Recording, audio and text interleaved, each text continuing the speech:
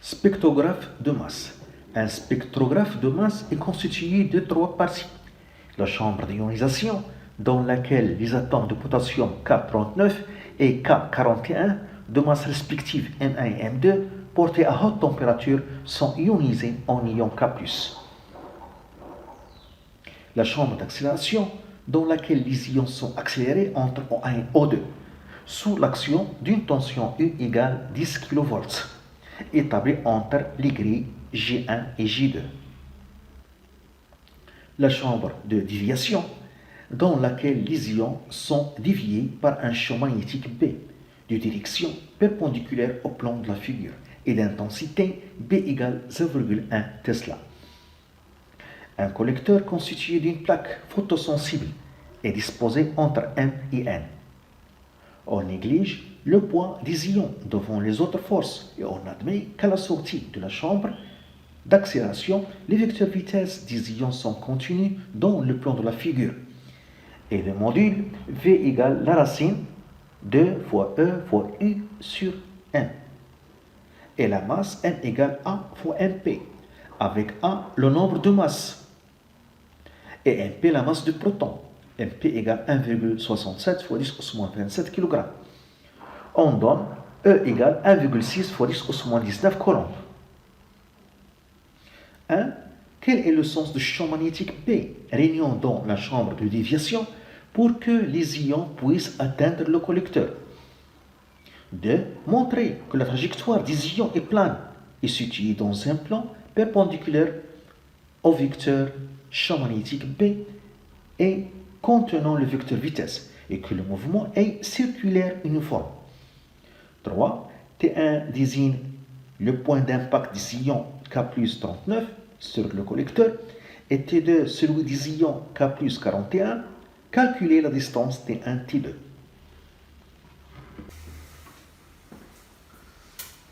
À 1. Le sens du vecteur champ magnétique. 1. Le sens du vecteur champ magnétique.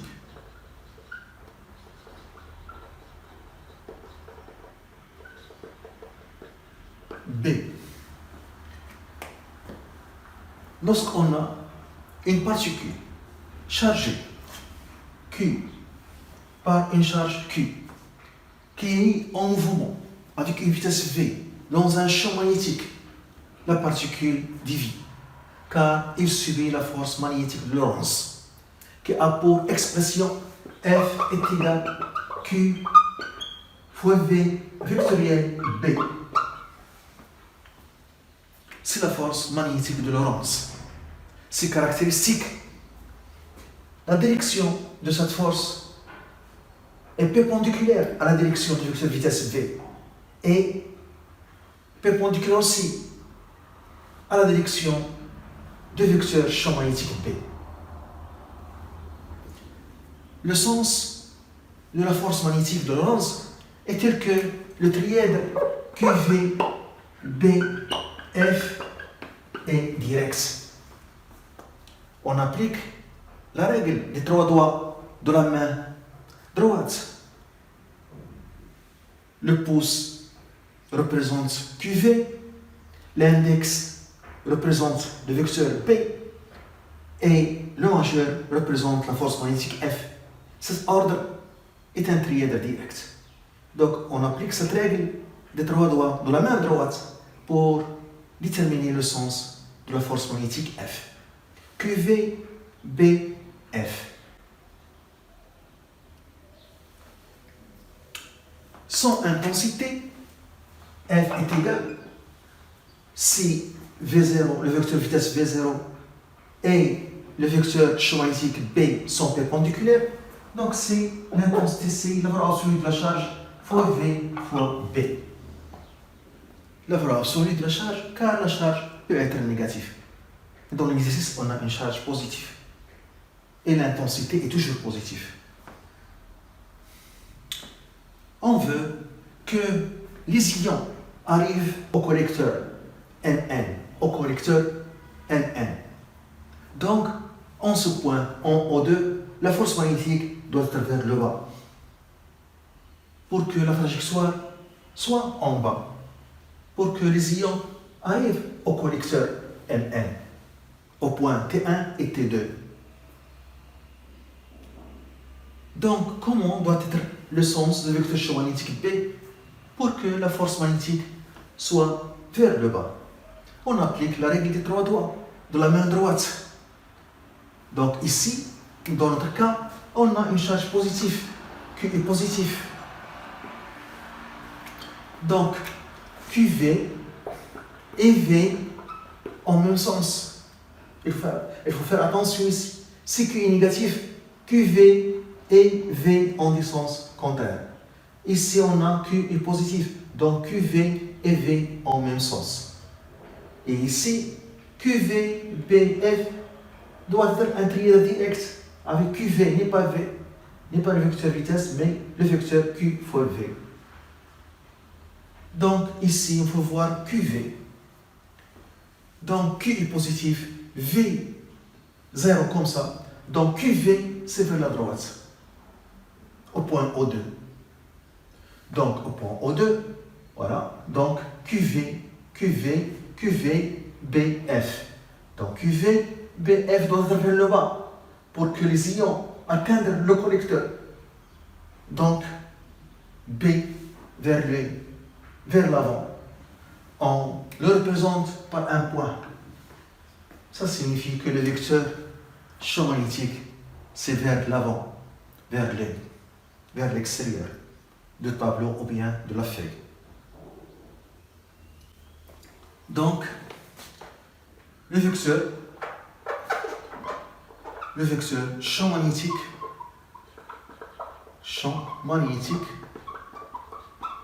B a pour sens vers l'avant.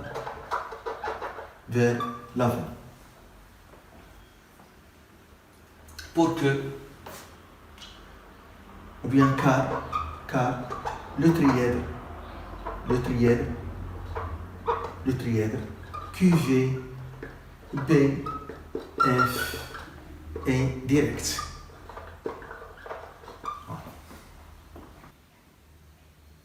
Deuxièmement, montrer que la trajectoire est plane et le mouvement est circulaire uniforme. Donc, deuxièmement, la trajectoire est plane, le mouvement est circulaire uniforme.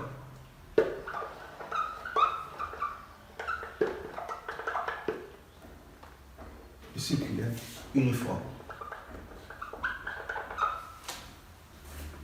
Lorsqu'on a un mouvement curviligne, il est convenable de choisir le repère de Freinet.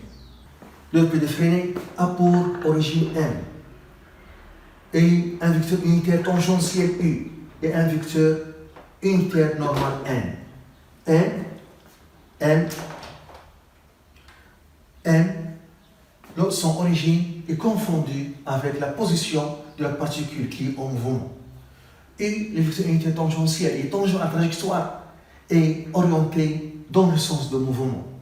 N, vecteur unitaire normal, perpendiculaire au vecteur unitaire tangentiel U, est dirigé vers l'intérieur de la trajectoire. Par exemple, en ce point, on représente le repère de Freinet en ce point. Donc, la particule se trouve à un instant donné en ce point. Donc, ici, l'origine de repère de Freinet. U, vecteur tangentiel, il est tangent à la trajectoire et a pour sens le sens de mouvement. Donc, tangent à la trajectoire, le vecteur unitaire U. Et le sens de mouvement. N, perpendiculaire à U, est orienté vers l'intérieur de la trajectoire. Le vecteur unitaire normal N. On utilise le repère de Freinet car on connaît les coordonnées du vecteur accélération dans ce repère. Dans ce repère de Freinet, le vecteur accélération, son expression, c'est AT, vecteur unitaire U, plus AN, vecteur unitaire N. AT, c'est la coordonnée tangentielle. Et AN, la coordonnée normale. Donc AT, c'est la coordonnée tangentielle qui est connue, dV sur dt. AN, la coordonnée normale qui est connue, AN est égal V carré sur ρ. ρ, le rayon de courbure de la trajectoire. ρ, rayon de courbure de la trajectoire. La trajectoire.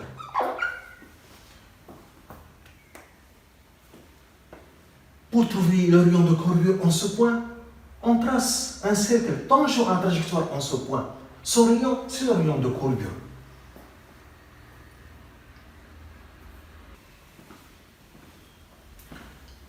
On a ici un autre repère, le repère OX, OY, OZ, le repère cartésien. On a choisi ce repère pour exprimer les composantes ou bien les coordonnées du vecteur vitesse initiale V0. OX, OY, OZ, elle est comme ça, orienté suivant K. Donc on a ici représenté le vecteur K par une croix, car c'est vers l'arrière, le vecteur K vers l'arrière, vers l'intérieur du tableau. Donc la même chose, IJK est un trièdre direct. IJK est un trièdre direct. La même chose, comme ici, comme QVBF. IJK est un trièdre direct. Donc, I comme ça, voilà. I comme ça, G. Donc le vecteur G, c'est vers le bas, voilà. Donc, I, G vers le bas, donc K vers l'intérieur du tableau. Donc, dans ce repère, OX, OY, OZ, les coordonnées du vecteur vitesse V0, voilà. V0, elle a V0X, V0Y, V0Z. V0X, c'est V0. V0X, c'est V0.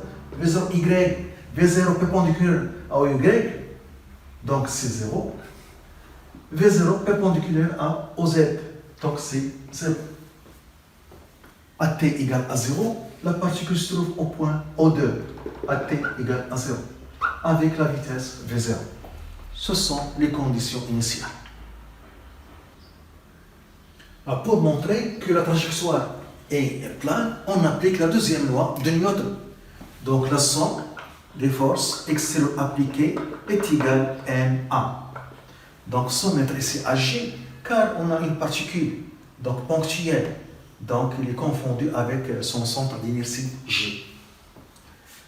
Les forces appliquées ici, il y a le poids et la force magnétique.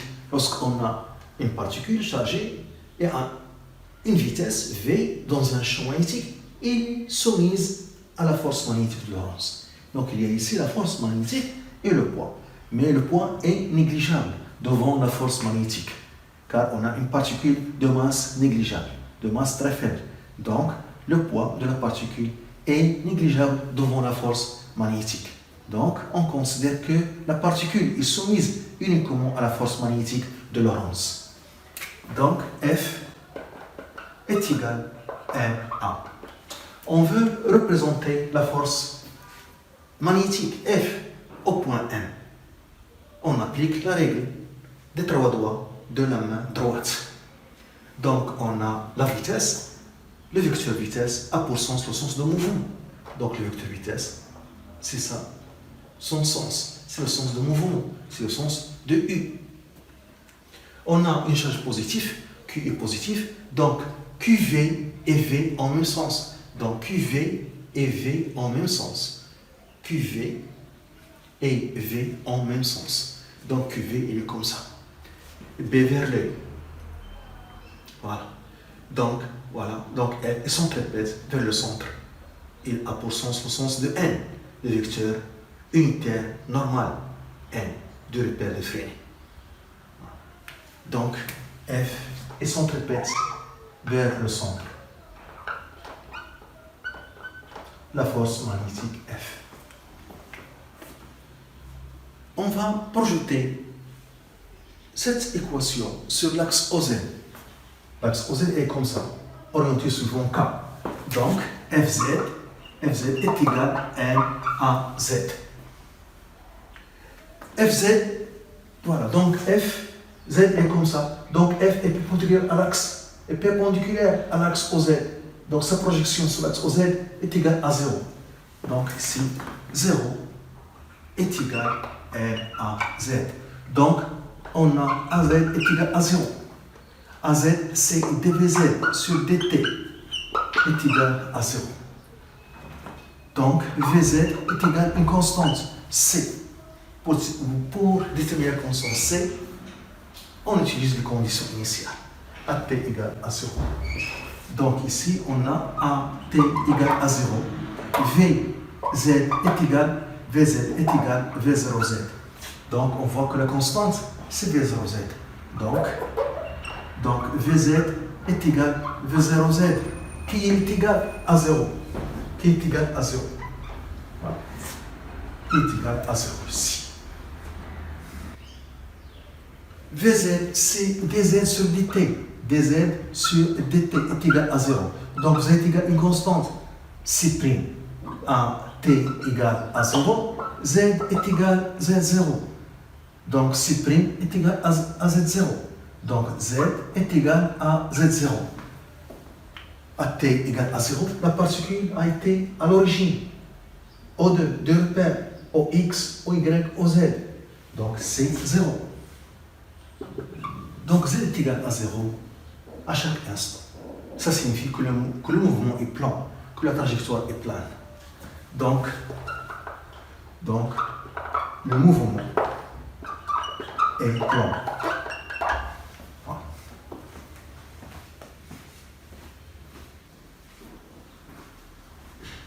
On montre maintenant que le mouvement est uniforme. Donc, par projection sur la tangente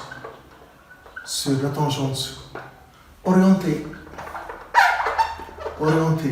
suivant le vecteur unitaire U dans le repère de Freinet, on écrit Ft est égal à M à T. F est perpendiculaire à la tangente. Voilà. Donc sa projection sur la tangente est égale à 0. Donc ici, 0 est égal à M à T. Donc AT est égal à 0. Et dans le repère de Freinet, AT c'est dv sur dt. Donc dv sur dt est égal à 0. Donc V est égal à une constante. Voilà. Donc le mouvement est uniforme. Donc V est égal à V0, est égal à une constante. Donc le mouvement est uniforme.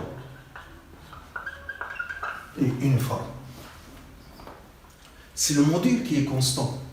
Le vecteur vitesse n'est pas constant, car la direction change de vecteur vitesse. Le vecteur vitesse est tangent à la trajectoire en chaque point. Donc sa direction change au cours du mouvement. Le module qui est constant, et par conséquent, on dit que le mouvement est uniforme. On montre maintenant que le mouvement est circulaire. Donc, par projection maintenant sur la normale, orientée suivant M. Voilà. Par projection sur la normale orientée suivant N dans le repère de Freinet. Donc, on écrit Fn est égal à N à N.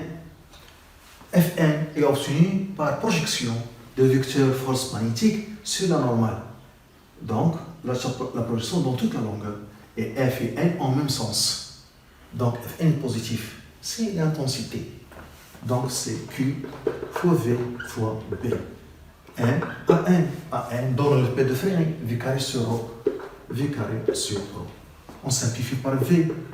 Donc, la valeur absolue de Q fois B est égal à M fois V sur ρ. Donc, le rayon de courbure ρ est égal à M fois V sur Q fois B, qui est égal à M V c'est V0, c'est la vitesse initiale, en module, c'est la vitesse initiale, sur Q c'est E fois B. La charge des ions potassium C plus E. On voit ici que le rayon de courbure est constant, car M constante, V, le module V0 constant, E constante, la charge E constante, et l'intensité P est constante. Donc, ρ est égal à une constante. Donc, lorsque le rayon de courbure est constant, le mouvement est circulaire. Le mouvement est circulaire. Voilà. Donc ici, lorsqu'on trace par exemple voilà, une trajectoire curviligne, le rayon de courbure, c'est le rayon de cercle tangent à la trajectoire en ce point. Donc, son rayon de ce cercle, c'est le rayon de courbure. En ce point, la même chose. Pour avoir ici en ce point le rayon de courbure, on trace un cercle tangent à la trajectoire. Son rayon, c'est le rayon de courbure. Et c'est la même chose, on trace un cercle tangent à la trajectoire. Son rayon, c'est le rayon de courbure. Alors, puisque le rayon de courbure est constant, donc le mouvement est circulaire. Donc, le mouvement est circulaire. Voilà. Le mouvement est circulaire, uniforme, plan.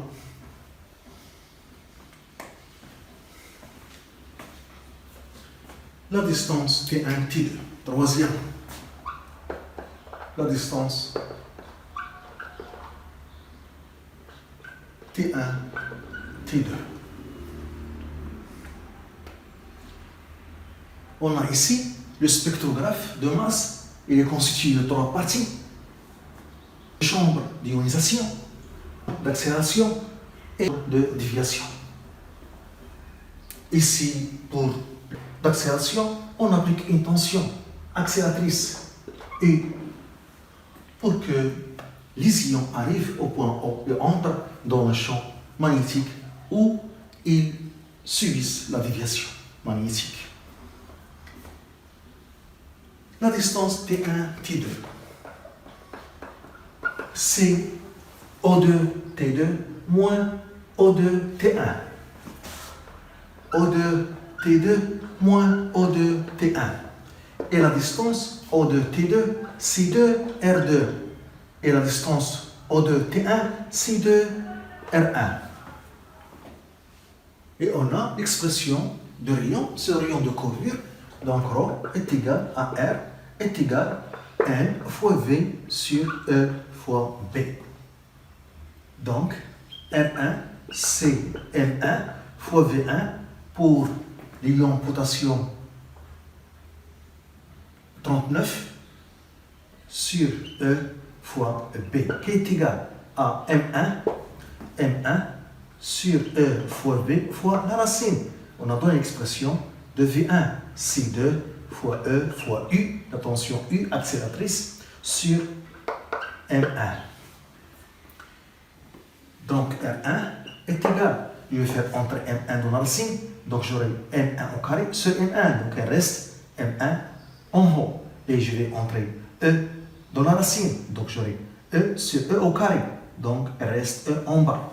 Donc on aura R1, 1 sur B, la racine de 2, M1 fois U sur E. Et pour l'autre isotope, potassium, ion potassium K plus 41, R2, 1 sur P, la racine de N2 fois U sur E. Et je remplace ici.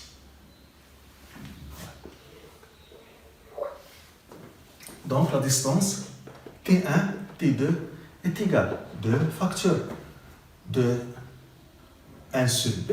Donc il y a aussi 1 sur B, je peux factoriser par 1 sur B. Donc 2 sur B, 2 sur B, la racine de 2 N2 fois U sur E, moins la racine de 2 N1 fois U sur E. Donc on peut l'écrire comme ça, T1, T2 est égal. Donc 2 sur B.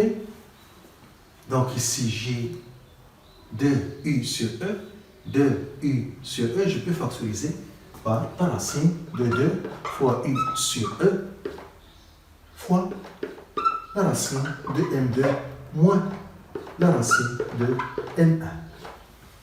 Voilà. Application numérique. La distance T1, T2 est égale à 2 sur 0,1 fois la racine de 2 U 10 kV, 6 ou 4 volts, E 1,6 fois 10 au moins 19 fois M2 c'est A2 fois MP, A2 c'est 41,